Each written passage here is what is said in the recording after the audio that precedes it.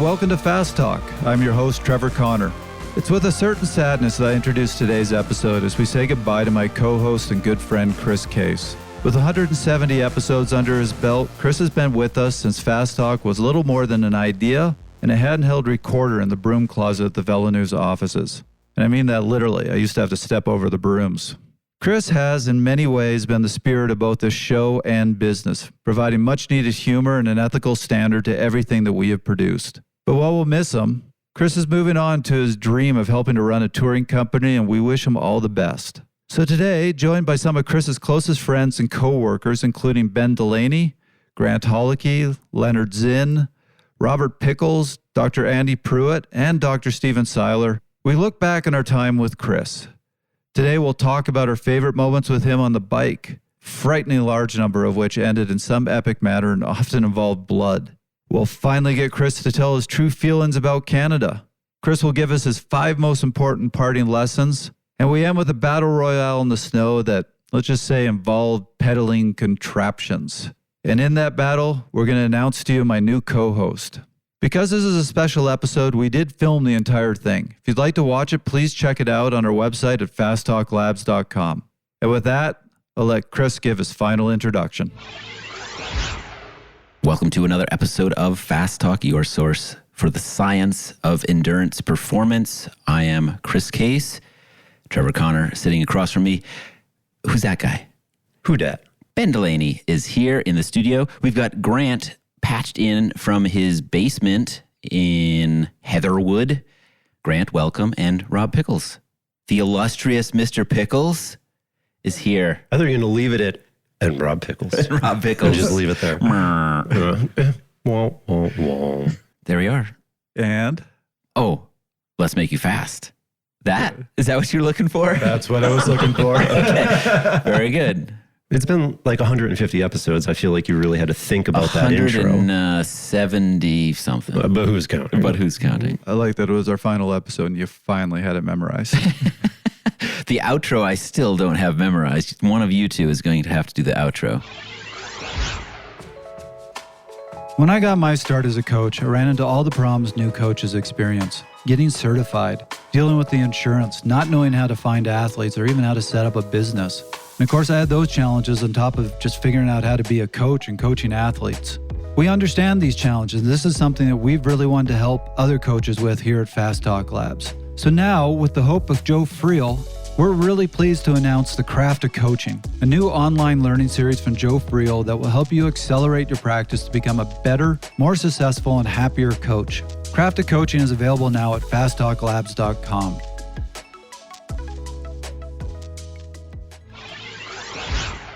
Well, let's talk about Chris. Oh, God. We all know Chris professionally. We've all ridden with Chris. We've all had a lot of good experiences with Chris. So, and some bad ones. Are they all good experiences? And some bad ones. Well, yeah, we can go there too. All right.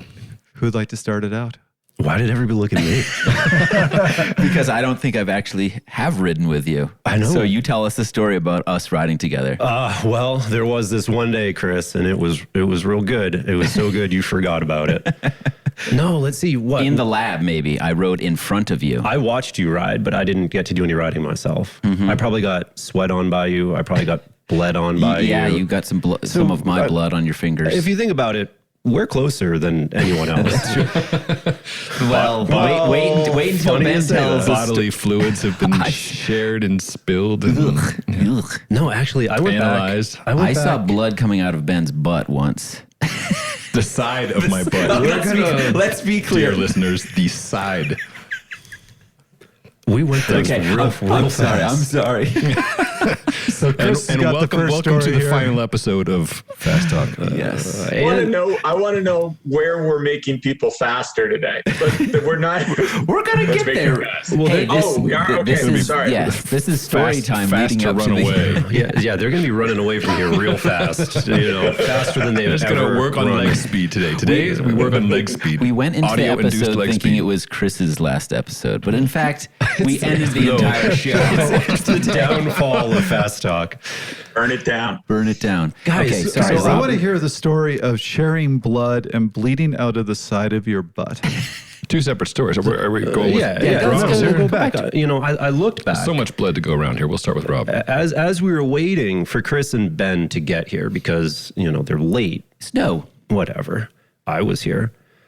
I went back and I looked through pictures, right? Because it was 2015, according to Google Photos. And you had come in to CU Sports Medicine to do some testing when you were ramping up for your hour record. Oh, yeah. It was a big day. I tested somebody huge that day. It was actually Jeremy Powers. Okay. We worked with him before we worked with you. So it was a real slow end to the day. Right off the cliff. It started high, it ended low. It was Good to have terrible. context, Isn't it? The though? range. Everything is relative.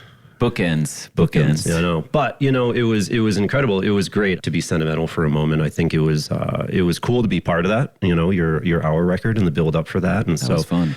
That was my first intro to you, and it started off on a high note. With a lot of respect. After that, it continued with respect with the Haywire Heart. I was real impressed, sort of, with your journalistic chops. You seemed like a hell of a lot about that subject. But like before, it started on a high note, and it's just gone downhill ever since. I was expecting that, yes. I know. Yeah, as I came into the office and tried to learn from you, you didn't have much to teach me. I'm woefully ill prepared to be sitting next to you. And Rob, so it's been 2 weeks. And so thanks a Been lot. 2 weeks. Yeah, dude, it's been 2 weeks. What's going on? A lot should have happened by now, and Chris just hasn't been there. He just Throwing you into the deep end, see how you survive. I know. I thought senioritis was, something you left behind, but here we are. You never leave senioritis behind. It can happen at any moment. So yeah. Anyway, yeah. I mean, finger pricking, VO2 maxing, maybe. That's about all I got. Okay, Grant. When's the last time we rode together? Last time we rode together. Well, it was a race. We probably raced together was the last time. I'm sure we raced together more recently than we rode together. But I mean, us racing together are not, anytime we've been on a bike together, it's not a pleasant memory for me. It's a pleasant memory for you. But it's memorable. My pleasant memories of riding with Chris are downhill with a tailwind, somewhat down, slightly downhill. Because if it's really steep, he could drop me. If it goes uphill, he could drop me. If it's on a cross bike, he drops me. So none of that's very much fun. And so I try to avoid the hell out of you when it comes to bikes. It sounds easy to do. The problem with Chris is that The problem. Yeah, let's not Just a make single it one. problem? Yeah, let's not say that. Just put one topic at a time. I don't want to say he can't do a normal ride, but he doesn't like the idea of doing a ride. No. Even my wife knows no. this, who doesn't ride bikes. With a lot of my friends, it's like, hey, you want to go for a ride? Yeah, sure. What time? With Chris, there's got to be a theme, and it needs to be monstrous.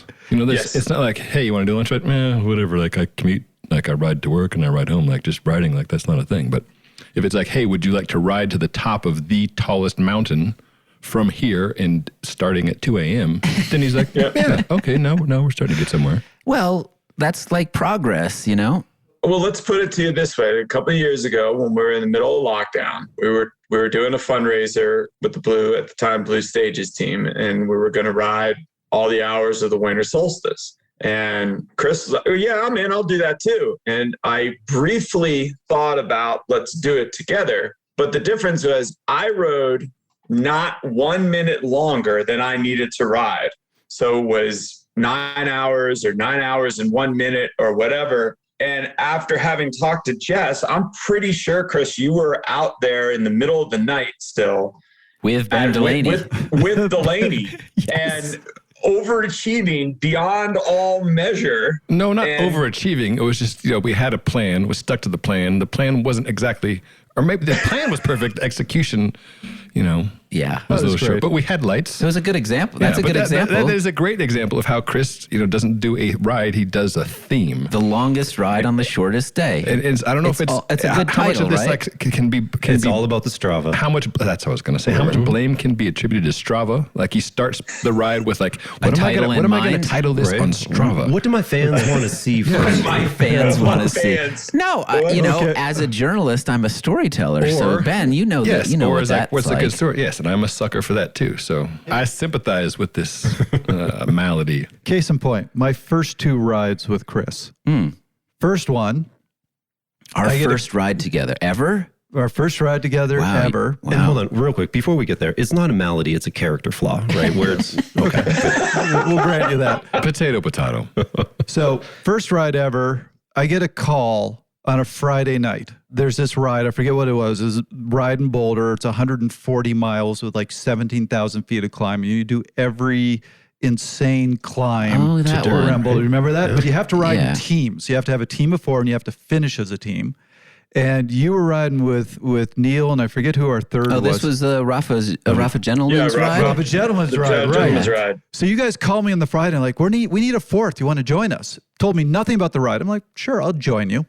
Now, mind you, I had the Sunday before just finished a crit. I took the week off my bike.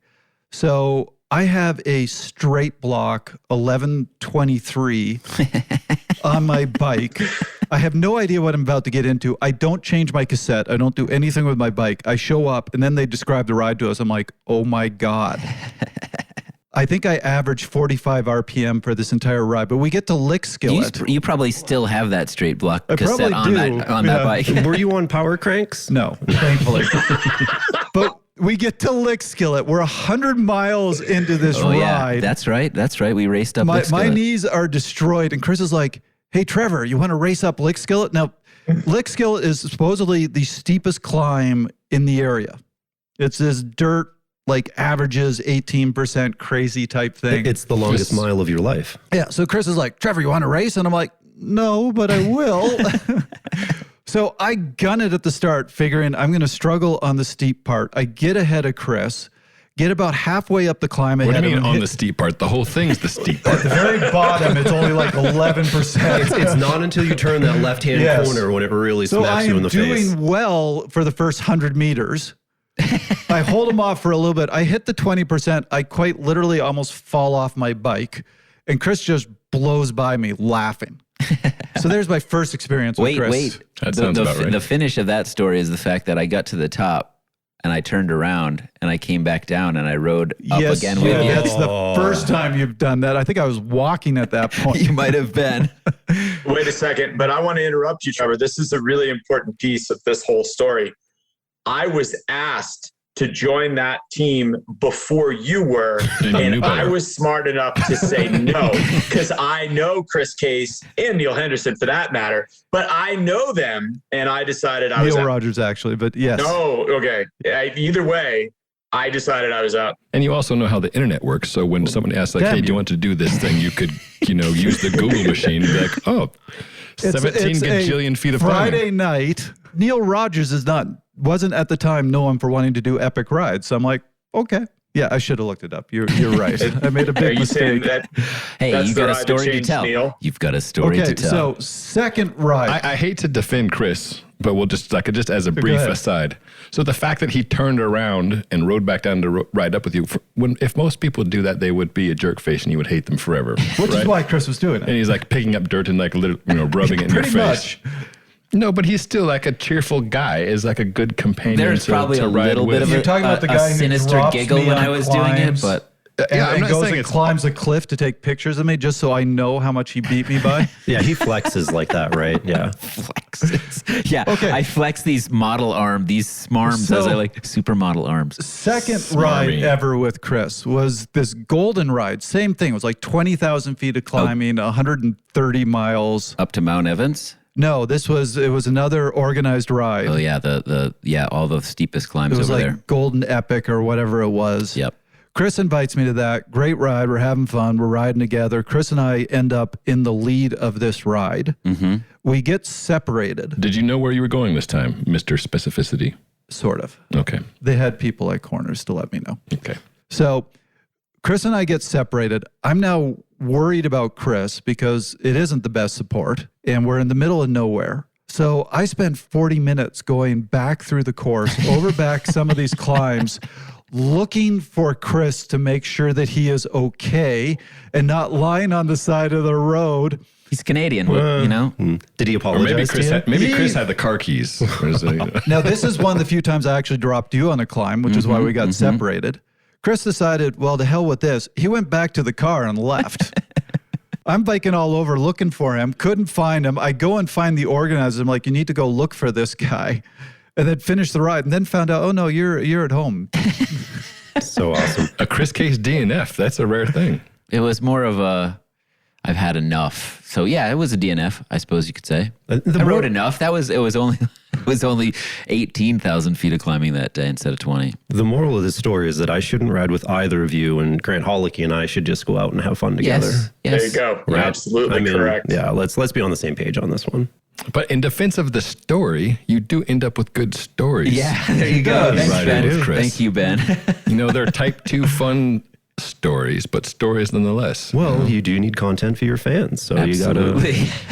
And they get better with time. You're not gonna have a fan base after this, or you are? Are you okay with that? That's not up to me. It's not up to me. It's up. Yeah. It's up to the people out there. It's up to the people. It's up to my fans to step up and ask for me. Yeah, I mean, Chris has taken me to some strange and beautiful places, both physically, geographically, Mentally. Emotionally. Yeah. Yeah, so bleeding from my I dropped him butt, off. I dropped him off at a hospital Yeah, once. we got to hear this story. Let's go. Yeah, so we went to the Dolomites.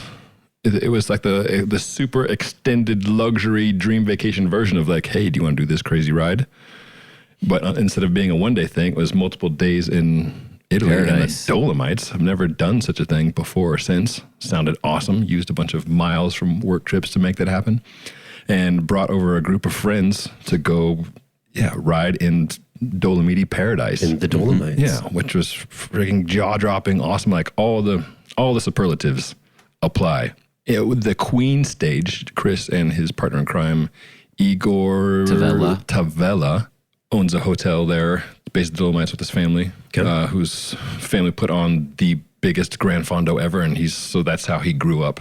Yeah, I put together the Queen stage that involved absurd amounts of climbing. The thing was like, how much climbing can you pack into the shortest? Yolomites 5,000. You're losing the shortest duration on this climbing, just so you know. It's fantastic. So 5,000 meters of climbing in like 20 miles or something. Pickaxes were involved. 80K. We'll call it 80K. Right. And, everybody's doing gravel. So it was a gravel-ish thing, but there's, marshes and mud bogs and rainstorms involved. It's indescribable. Yeah, that was a fantastic experience. Let's get to your bleeding. Nothing. No, that's not the bleeding part. Oh, okay. But that was probably 10 or 12 hours on the bike. Yeah, 12. Sunrise to near sunset. Definitely. Delicious food was had. Spectacular bonks were given. Yes. Like, hey, there are people who are going to stop Given at and received. We're going to stop at a coffee shop at the top. Like, only happens in Italy. There's a coffee shop. There's a refugio up there. You're cyclocrossing through a bog, and then there's this gorgeous coffee shop at the top. Love it. Which was closed when we went up that day. So that was the epic one. Dude, that's Italy for you. But let's get to the bleeding butt, shall we? Yeah, please. So I want to capture the stories. Even I'm on vacation, right? So I'm trying to film stuff, and when I work, I'll wear a GoPro, either like a chest mount or on the bike or on the front of the bike or the rear of the bike. Safety first, so you can keep the hands and legs inside the ride at all time. But I wasn't working; I was there on vacation. But I still wanted. I had that impulse. I need to capture this to share with your fans, my daughter and wife who don't care. And I've been doing horizontal stuff. I want some vertical stuff so it'll show on a phone better. So I was riding in the Dolomites like a Darwin Award idiot. Idiot, yes, that's the one word you could use. Trying to film the thing with the GoPro held at an angle. Yeah, because it's friggin' spectacular. Because why not? Yeah. Came around the corner and realized like, oh, we're about to slalom down very steep switchbacks here. I need brakes. So I went to grab the brakes with both hands, but I had a GoPro in the left hand, which prevented the front brake from engaging. So what happened was the rear locked up, and I washed out and slid across the road and cracked my pelvis on a concrete divider. I-beam. Yeah. A very, very solid piece of Italian engineering. And Kristen Weber, God bless her, went and found the GoPro, which had tumbled all the way down the mountain. It was still recording. So there was good footage there. Yeah. Good. What he doesn't remember is the fact that at the beginning of this descent, I said, Ben, we're on vacation. Take it easy on this one. And he did. He just happened to lodge a small block between his brake and his bars, and that was it. Yeah, so ended up in a lovely Italian hospital with lovely nurses and eating instead of a streusel there. That was fantastic. And kind of ruined everyone else's vacation for that day because instead of riding bikes, they're like, oh, I got to go deal with Delaney who's broken himself. And Yeah, another story. But a heck of a story. Still picturing Kristen Weber looking at you on the ground with a broken pelvis in pain. Go, save the GoPro. I know. That was good thinking. That was my request. There was an emergency medicine doctor on the trip with us. There were a lot of helpful, caring people that everybody saw your butt bleeding. Lots of it, And maybe some other things they didn't want to see because your whole outfit was shredded. That was also an interesting introduction to me firsthand for needles in European drugs. You know, I associate needles with a few things: doctors, junkies, and dopers. And I am none of these things, but was given a packet of needles to leave the hospital. That's right. For blood thinner. So I was there like Oh, yeah, that's shooting right. myself with needles Yes. in the van with a bunch of Yes. cyclists, which like, Yes. I mean, not to turn this into the Ben show, but this was the day before, essentially, we had to travel home. Lots of flying, lots of driving in vans, lots at tight spaces. So Lots of tegaderm. Ben was either he was delirious from the drugs or he was hurting pretty bad. And yeah, we were all taking care of him, making him walk up flights of stairs with his crutches and all that. so to wrap it back to Chris is fantastic at getting people into gorgeous, challenging situations. And then when things go sideways, can still piece the group back together and That's the hope. bring it home with a happy ending. Did he turn around, ride back up, and take a picture while you were laying on the ground? I have some pictures of Ben on the side of the road You on my realize phone. that's what he would have done with me. Of course. I definitely have some photos.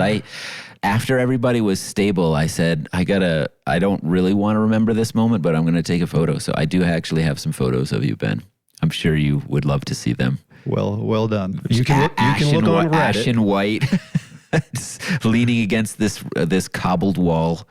Yeah, that was a scary day. A formative moment. Well, let's take a turn here and get a little more serious and talk about Chris. Chris has been a very important part of this show. He's been a big part of this industry as part of Fast Talk Labs, as part of Vela News.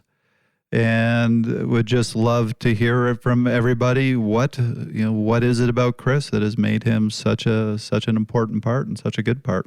And yes, I'm being nice. But there's all I hear is crickets. So Yeah, I'm not prepared to answer this question. How do I make up a lie that's believable? I think having a good understanding of all the elements and how they balance out is part of it. So being able to push himself, whether it's like going for an hour record or to push others, either emotionally or physically out there on the bike or through knowledge, but also not being OCD about it.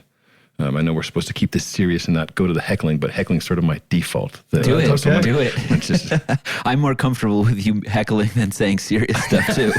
I threw the question. You guys can answer however you'd like. like everyone here besides myself, Chris is an expert in training and the physiology of how it all works, right?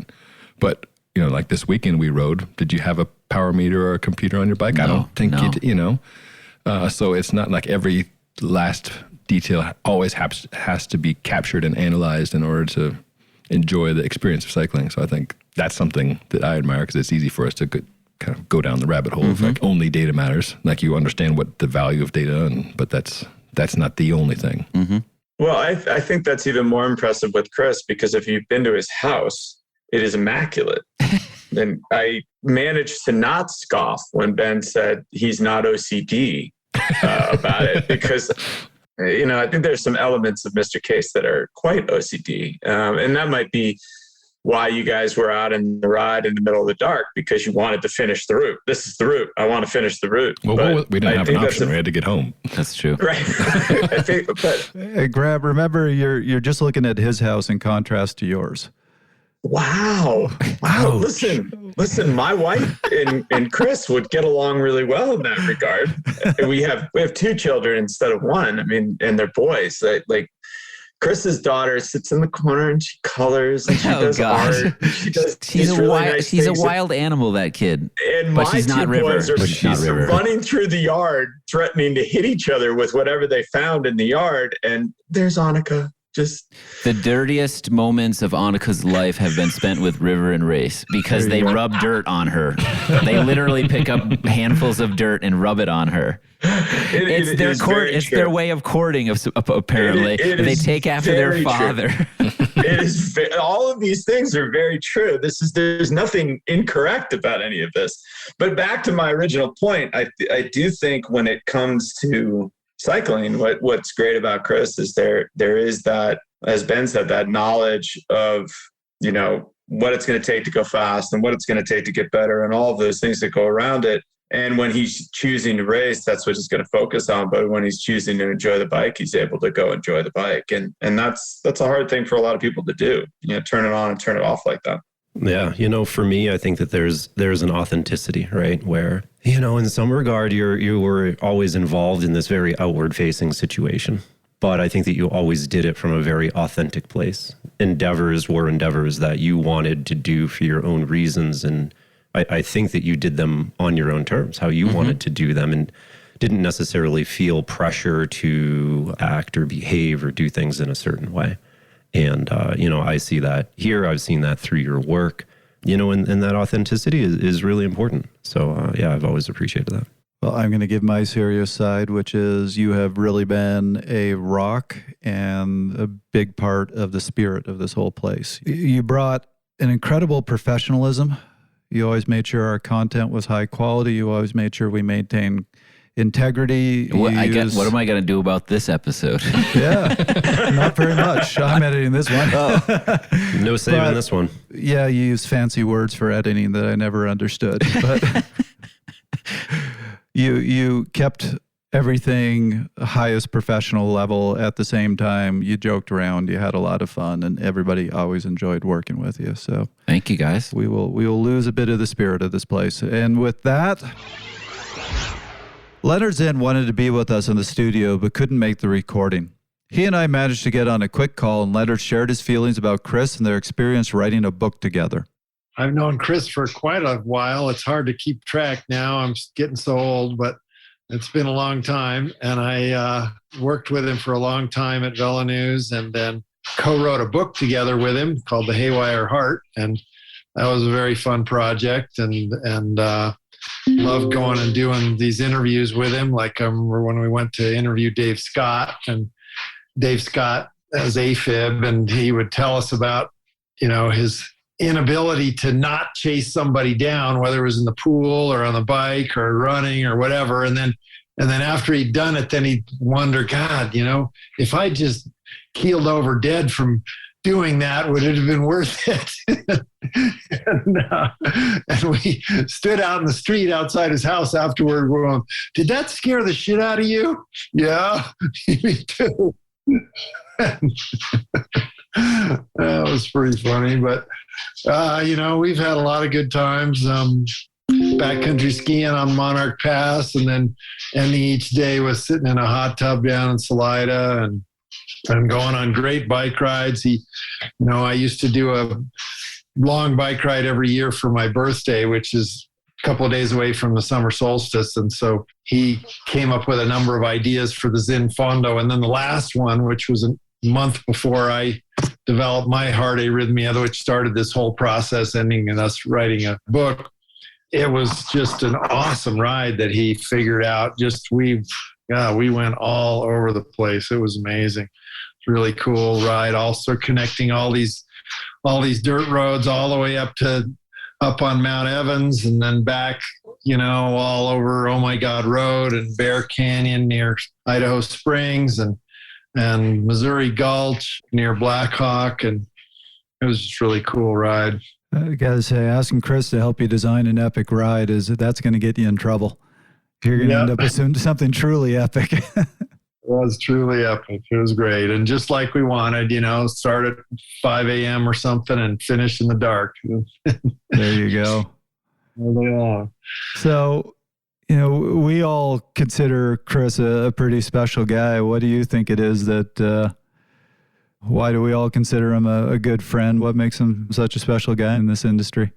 Well, he's super bright and he's an incredible athlete, and he is really interested in other people, and he asks good questions, and he's interested in the answers, and he takes the time to keep up with his friends and to, invite them to do things, and says yes when you invite him to do things. And he's just an enjoyable guy to be with, is always coming up with great ideas, whether it be athletic ones or other ways of tackling some other problem, like with writing the book. We certainly ran into all sorts of things like that, and editing my stories for Velo News or whatever. And then he's just really fun guy to go on a bike ride with. And he doesn't have much of an ego. He's willing to, go your pace if it's not his pace, and all that sort of thing.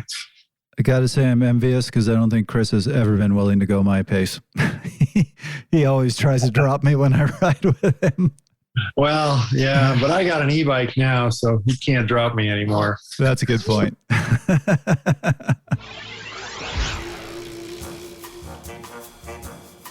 Fast Talk Laboratories offers deep dives into your favorite training topics, including interval training, data analysis, sports nutrition, and now, indoor cycling. Our new indoor cycling pathway is now available, and it's perfectly timed to help you lay the foundation for an awesome season. In our new indoor cycling pathway, Joe Friel, Dr. Stephen Seiler, Dr. Andy Pruitt, and I show how indoor and outdoor riding is different, how to adjust, and how to avoid biomechanical problems. We explore Zwift as a training tool and share how you can make indoor cycling a more effective way to meet your training goals. Complete our indoor cycling pathway and you will know the path forward in your own indoor riding. More than half of this pathway is available to our free listener member level. Learn more at fasttalklabs.com/pathways.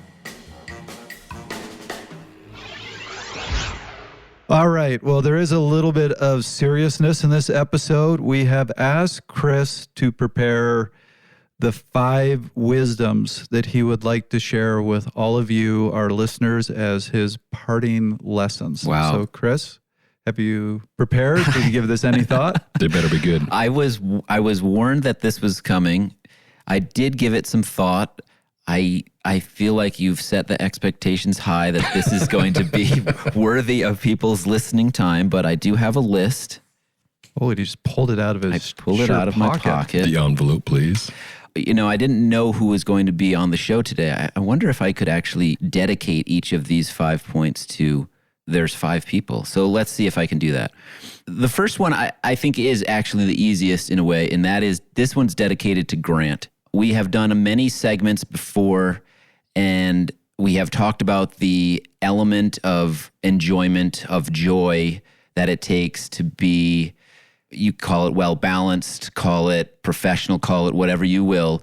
An athlete that gets the most out of themselves, I think they always have to keep that element of joy in there somewhere, because that's why you're doing it. I remember back when Lennard Zinn was first diagnosed with his heart arrhythmia, and he was struggling. He wanted to ride his bike. He wanted to race his bike still. And he was going through these very definitive stages of denial and anger and depression and all of this stuff. And at some point we were sitting down, we were having a conversation, and he was talking about just this really profound realization. And I say profound, not that he hadn't really thought it before, but it just was like he was feeling it in his core finally. No one gives a about your 55 plus cyclocross result on the weekend. No one cares except you. Yep. So if you can't race your bike anymore, it's not the end of the world. You can do other things that will bring you joy. If you can still ride your bike, but you have to do it differently, as he does with an e-bike because of the heart arrhythmia, you can still have a lot of fun. You can still do it with joy.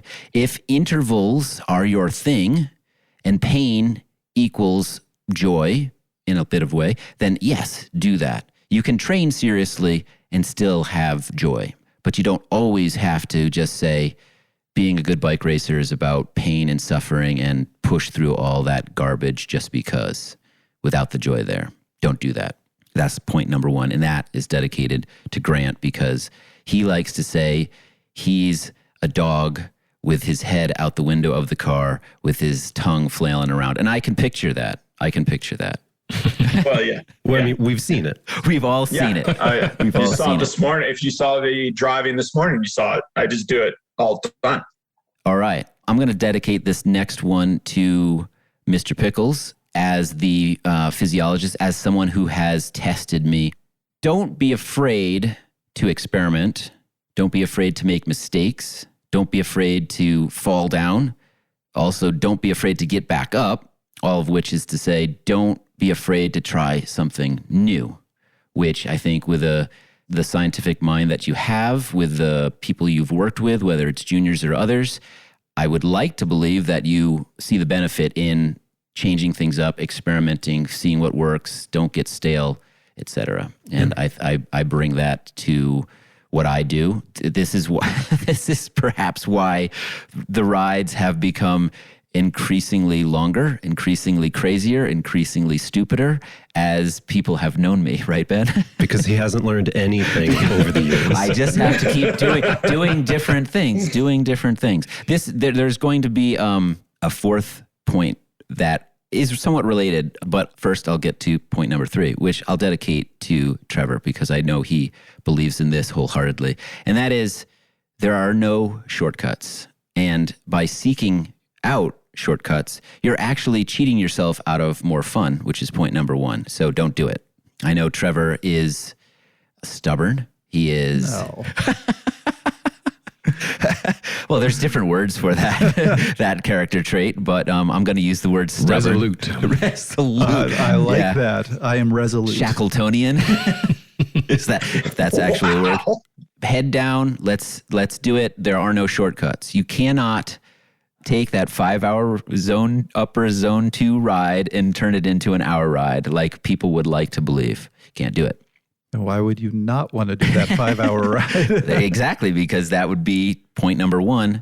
There's joy in that. Number 4, I guess I have to dedicate this one to myself. Or wait, Ben, have I dedicated anything to you yet? No. Okay. I guess I'll dedicate this to you. This doesn't relate to you at all, but.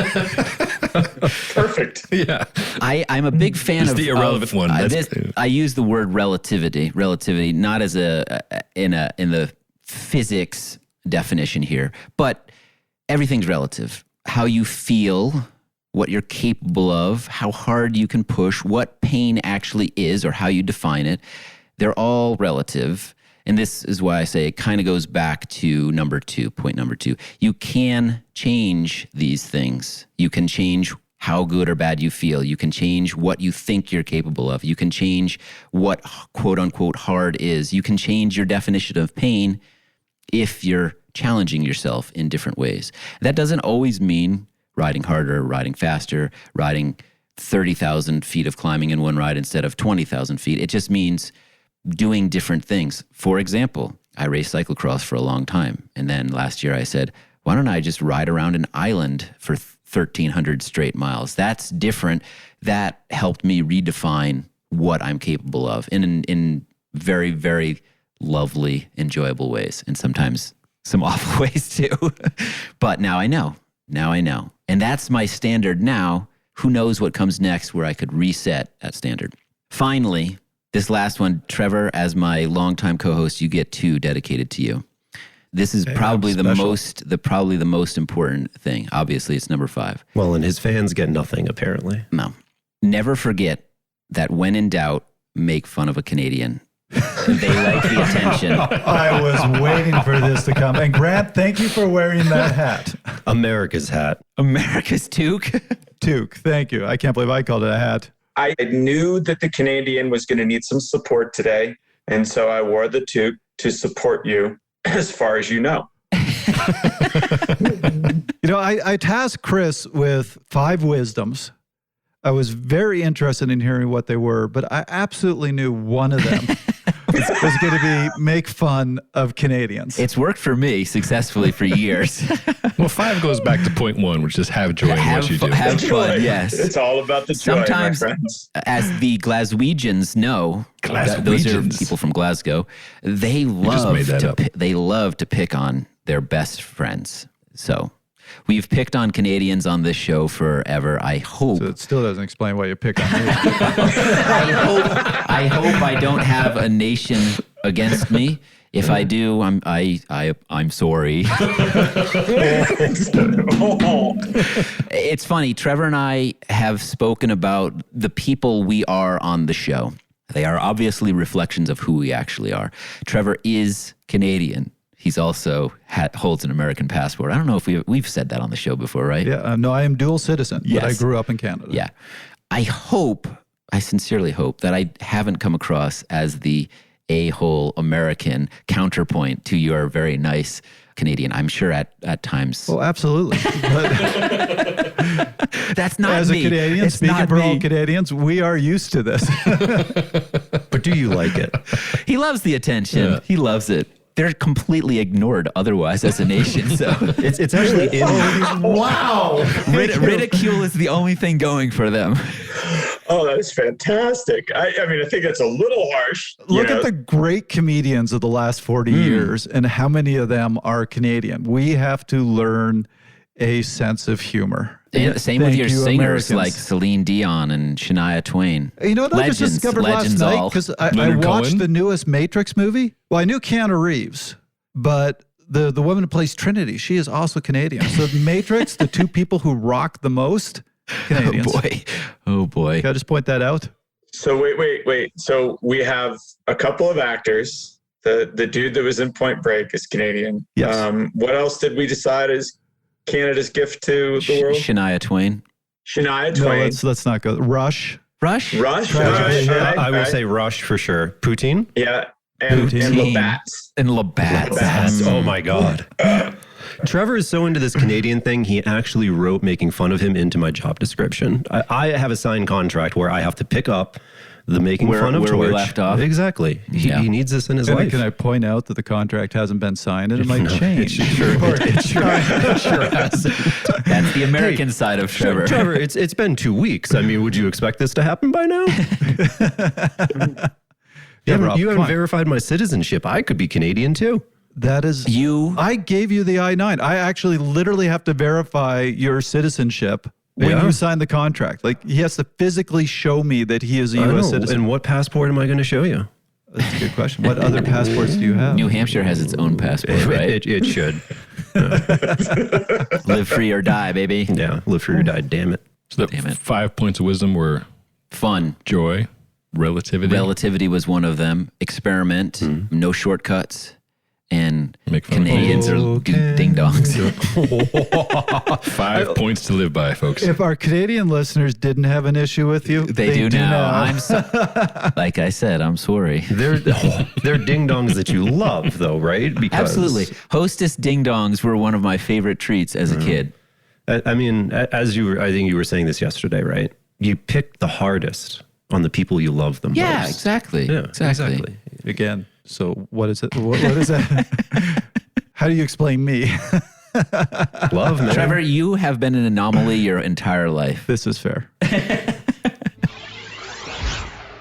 Dr. Andy Pruitt has been a mentor to both Chris and myself. As we were recording our segment with Dr. Pruitt for episode 200, Andy shared some of his parting wisdoms to Chris and the business. Do you have any parting words that are hopefully profanity laced for Chris? You sons of bitch. That's what I was expecting. Well, man, I'll never forget when I first, took on a staff and it was growing and I lost my first student. I was heartbroken. I mean, I was, my God, they don't believe in me, whatever. I was heartbroken. And I remember talking to my dad about it. And he said, son, get used to it. People move on. People need to improve themselves. People need to feel like they're going in their right direction, whatever that is for them. And you will take that opportunity to mourn their loss, but you'll take that opportunity to fill it with a skill set that you're going to find or already know that's lacking in the company. So I am devastated that he's leaving because he's a friend. I love his voice on the radio. I'm going to be sad not to work with him, but I think he's got to do what he's got to do. And I've learned to appreciate that and accept it. Great. Thank you. You're welcome. Thank you. There were no swears in there, though. No, because no, none. I really think that I'll never forget my death and get used to it because people are going to come and go. I can think of some real significant losses of colleagues over the years, and you think you're just not going to get over it, and you do, and then you look at them and they've gone on to do great things. So I think you got to look at it as a win-win and opportunities on all sides. That's the way that's the way you got to do it. Well, it is a significant loss. It is as a significant loss. Hopefully this is moving on to greater things for you. So. But see, this way you can come back every now and then and do some kind of special appearance. There we go. True. Very Just true. walk into the basement, throw Swedish fish at us. It would Drop have some some F-bombs and run out. type gotta of feed Sam. slapstick humor to it. If I feel like the tone of Fast Talk is dropping a little bit, I'll There you go. come in with some zingers. There we go. Perfect.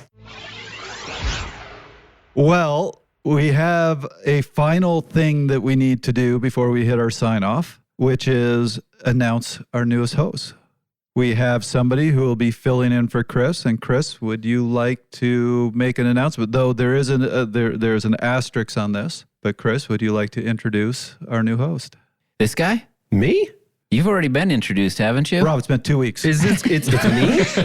Yeah, I'm Mr. filling in? How do you... That doesn't make me feel good about was my... poor phrasing. That was poor Right? phrasing. Did I say filling in? You did. I know. I apologize. Temporarily. You're interim I know. host. Let me correct. Struggling to try to get within the ballpark of what Chris did Wow. here. I mean, will be. I'd say that it'd be big shoes to fill, but those are like, what, nine and a half or so? Euro size 45. If you want. Hey, no. Oh, those are bigger than mine. That's not saying much. Whoa. 9.5 is not Bowling 45. balls don't usually have feet. You're fortunate. No, it is. It's very true. But there is an asterisk on this. We have something to do. Oh, okay. This role has to be earned. I'm afraid. Oh my God. So it's not quite yours yet. You have to beat Chris in battle. Are you paying me regardless? What kind of battle are we talking about here? In the octagon. And to be revealed. Cage match. Dun, dun, dun. Dun, dun, dun. Dun, dun, dun. Couldn't just have like a thumb war? Ooh. What size thumbs you got? I got huge hands. My hands are really, Those are enormous. Too bad You his know what they feet say about a man with big hands? So- Big gloves. Early in Chris's tenure, we did an episode with a scientist out in Norway named Dr. Stephen Seiler. And soon after that, a friendship was born. Recently, we were recording with Dr. Seiler and told him about Chris's departure. It was off mic, but Dr. Seiler had some very nice parting words. So I hope he forgives us, but it seems appropriate to let Dr. Seiler finish out our goodbye to Chris. Steven, just so you know, there's going to be 3 nerds. I'm a nerd light, as you know. I play nerd light on the show. Rob is a physiologist. He has a master's, right? Not a PhD, but he's been in physiology a long time. So I don't know how that's going to work out. I might have to make a special appearance and be like, "Hey guys, He's up. He's up." But Chris, don't try to fool anybody. You are a nerd too. I'm just more of a different- dork than a nerd. That's I was gonna say you're a different kind of nerd, but you have a lot right. of the qualities that I know. the nerd world would look. They appreciate my nerddom. Yes. Yeah, so you would be able to walk into any nerd get together and blend in, you know. Well, okay. Thank you. I'll take that as a compliment. So don't sell yourself short, man. You're plenty nerdy. Okay. Thank you. Anyway. Coming from you, that means a lot. Thank you. Yeah. But I wish you great success. Thank and you. I understand that things evolve and needs change and Yep. people have to, So Yeah. Appreciate Good luck, it. you know. It's been a real pleasure working with you over the years, and I'm not gonna never see you again, I'm sure. And maybe someday you get to the United States and we'll meet. So, or maybe I'll get to Norway. I might get to Norway. I may want to take a cycling trip. Yeah, well, that's true too. That's There true you go. too. Yep. Now I've got a contact in the business. So Absolutely. Yeah. They do fantastic trips. Best of luck, and Thank you. I hope, but of course, I hope that Fast Talk Laboratories as an organization doesn't suffer too much from your departure. Right. Yeah. No, I think Rob will be in good hands. Yeah. Well, we're excited about Rob, but I'll be straight up and I'll say this in front of Chris. It's going to hurt the company. We're very sad to see him go. Chris has been a big part of the soul of this company, and we'll miss him. But we will soldier on. Sadly, our battle didn't quite make sense in an audio-only recording. Fortunately, we filmed the whole thing, and you can check it out on our website, fasttalklabs.com. Let's just say pedal contraptions were involved, there was a snowstorm, blood may have been spilt, and we still don't know who won. Definitely check this one out if you want to see Chris's racing prowess firsthand. That was another episode of Fast Talk. Subscribe to Fast Talk wherever you prefer to find your favorite podcasts. Be sure to leave us a rating Wait, is and nobody a gonna heckle review. this?